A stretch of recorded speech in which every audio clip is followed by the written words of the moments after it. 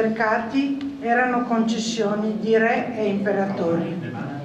Quando il frazionamento dell'autorità diciamo cominciò a dilagare, esse divennero prerogative delle signorie feudali, sia laiche che ecclesiastiche. Il mercato durava un giorno ed era feriale, mentre la fiera poteva durare da 3 giorni quando anche più settimane, come era per esempio nel caso delle fiere della Champagne, che duravano anche 15 giorni, un mese, anche 2 mesi talvolta. Naturalmente qui da noi in Italia, siccome erano diciamo prerogative feudali, l'Italia versava nel Medioevo in uno stato di anarchia totale e quindi abbiamo pochissime fiere. Mentre invece, se facciamo caso, nel sud, il regno appunto di Sicilia, che aveva una monarchia forte e ben costituita, abbiamo documentazioni di moltissime fiere. Nella nostra zona noi siamo un unicum perché abbiamo documentate 2 fiere importanti. Una, la fiera di Santa Lucia, di origine antichissima e probabilmente di origine celtica, e la fiera dei Templari, che si svolgeva nei 3 giorni della Madonna Assunta, quindi 14, 15 e 16 agosto, ed era dedicata alla Vergine Assunta, titolare della chiesa dei Templari di Tempio di Ormelle. Ecco, quindi queste sono le 2 fiere che sono elencate in antico qui da noi. Naturalmente collegata con i traffici mercantili era naturalmente anche la muda, il pagamento della muda, che qui da noi avveniva su Serravalle, esiste ancora la Porta della Muda, e veniva a Salsa, dove si pagava la muda di Ceneda, e poi dove adesso, diciamo un poco più avanti, della chiesetta di San Filippo Neri. Difatti lì il vescovo Leonardo Mocenigo aveva lasciato disposizioni, che aveva lasciato 300 ducati perché si facesse anche lì una porta della muda, che questi 300 ducati non sono mai stati versati dai parenti del vescovo Mocenigo. La prima notizia di un giorno di mercato settimanale a Serravalle noi la troviamo nel racconto di Marin Sanudo del suo viaggio in terraferma nel 1483, e lui ci dice che il mercato a Serravalle si svolgeva di sabato, mercato feriale. Le notizie sui mercati e sulle fiere a Ceneda e Serravalle sono veramente scarse e lacunose, proprio sembra che quasi non esistano, fino alla fine del Settecento.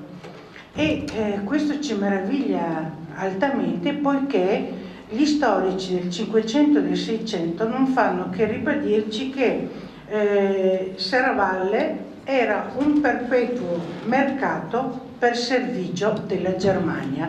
Tra l'altro teniamo presente che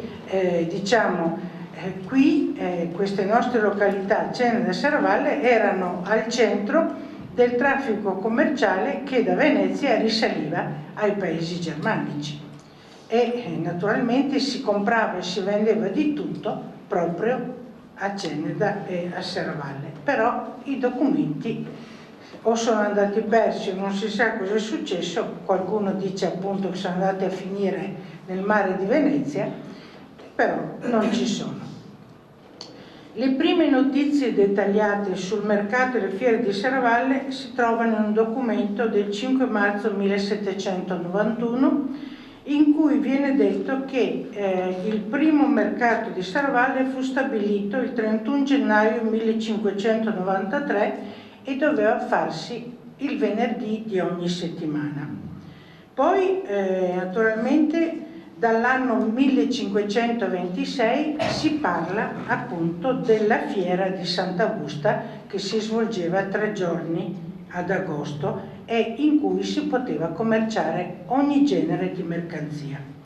Poi vi erano, sempre a Serravalle, la fiera di Sant'Andrea del 30 novembre, un'altra fiera nell'8ª di Resurrezione e nella prima domenica di luglio.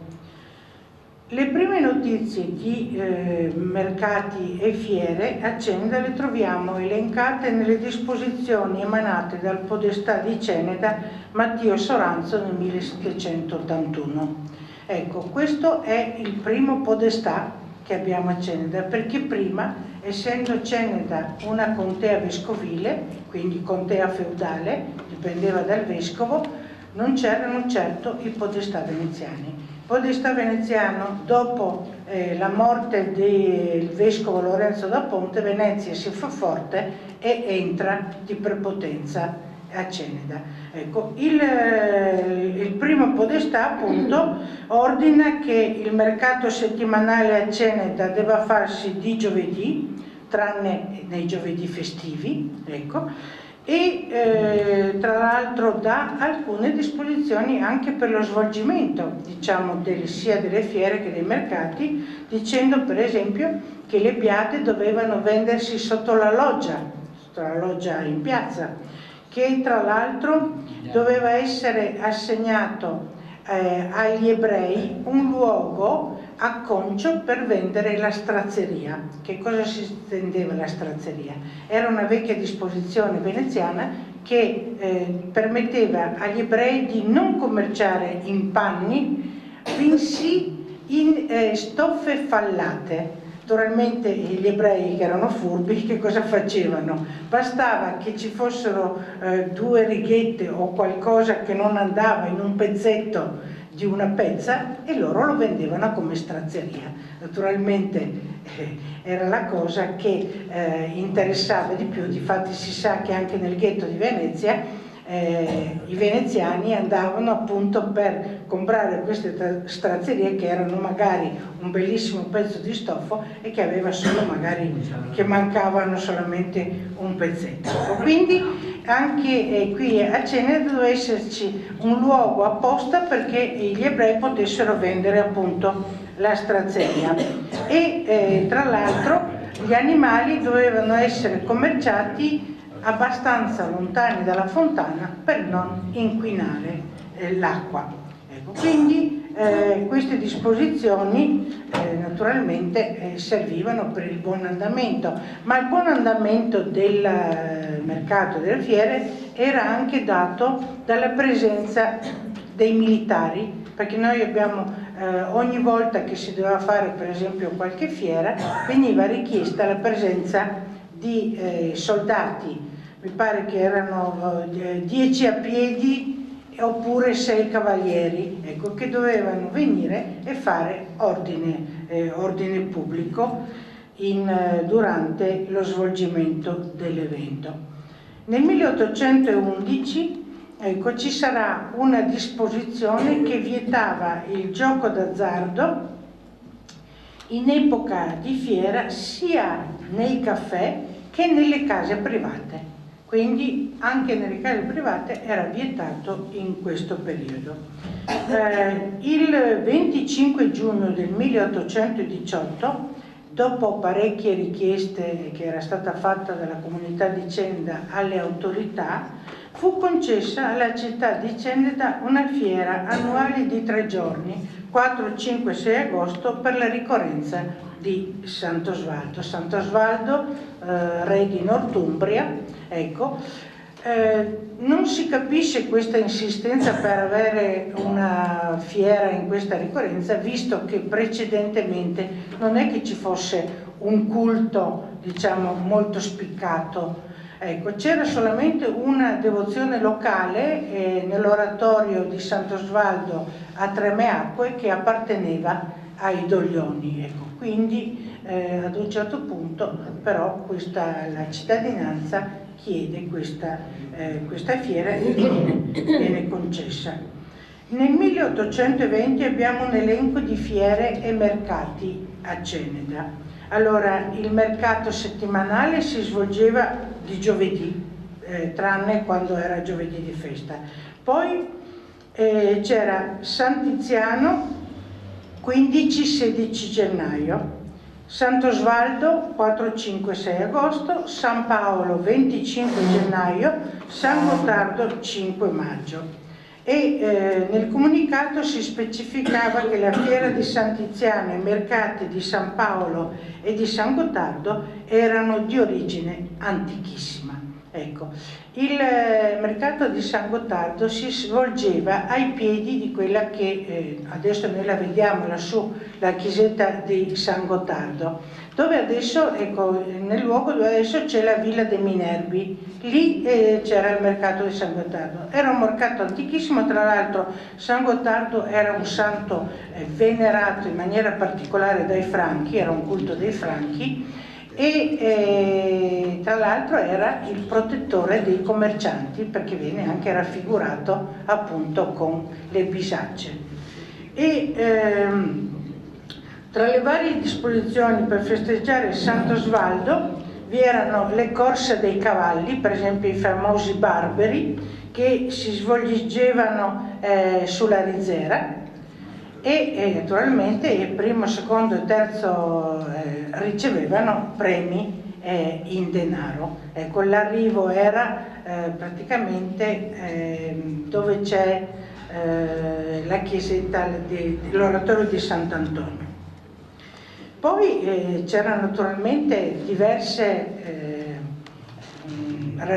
rappresentazioni che potevano essere diciamo di teatro oppure anche l'opera, perché di fatti rappresentavano l'opera lirica, e tra l'altro anche certe volte alla sera c'erano anche dei balli. Ecco, quindi e poi il gran finale erano i fuochi d'artificio.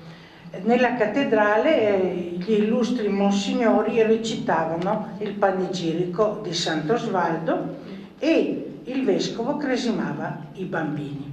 Mentre a Serravalle per Sant'Augusta si illuminava il monte, si facevano i fuochi d'artificio, si disputavano partite di gioco del pallone in tiera, e anche qui veniva recitato il panegirico della Santa, a cui faceva seguito la messa cantata. A proposito di Sant'Augusto abbiamo un curiosissimo documento del 1611 nel quale il podestà di Serravalle dice: è permesso sparare per la festa di Sant'Augusta, ma non in Serravalle, bensì sui due monti, sul monte di Sant'Antonio e sul monte di Sant'Augusta. Quindi questi andavano là e sparavano così per contentezza, per gioia. E nel 1885, quando naturalmente Ceneda e Serravalle erano unite ormai nella città di Vittorio Veneto, vi erano ancora a Ceneda le stesse fiere e mercati, e in più si era aggiunto un nuovo mercato che si svolgeva nella festa di San Valentino il 14 febbraio. A Serravalle erano rimaste solo le fiere di Sant'Augusta e di Sant'Andrea, tutte le altre non si facevano più. Questi nostri giorni c'è rimasto ben poco, ecco, di tutto questo. Difatti di quanto vi era in antico abbiamo solamente un mercato il lunedì a Serravalle, la fiera di Sant'Augusta che dura 3 giorni, sempre ad agosto, e a Ceneda diciamo un ricordo di Sant'Iziano, ma non c'è più la fiera, non c'è più il mercato, c'è solo un parco di divertimenti, e da un paio d'anni a Ceneda è stata ripristinata i 3 giorni la fiera di Sant'Osvaldo. Grazie.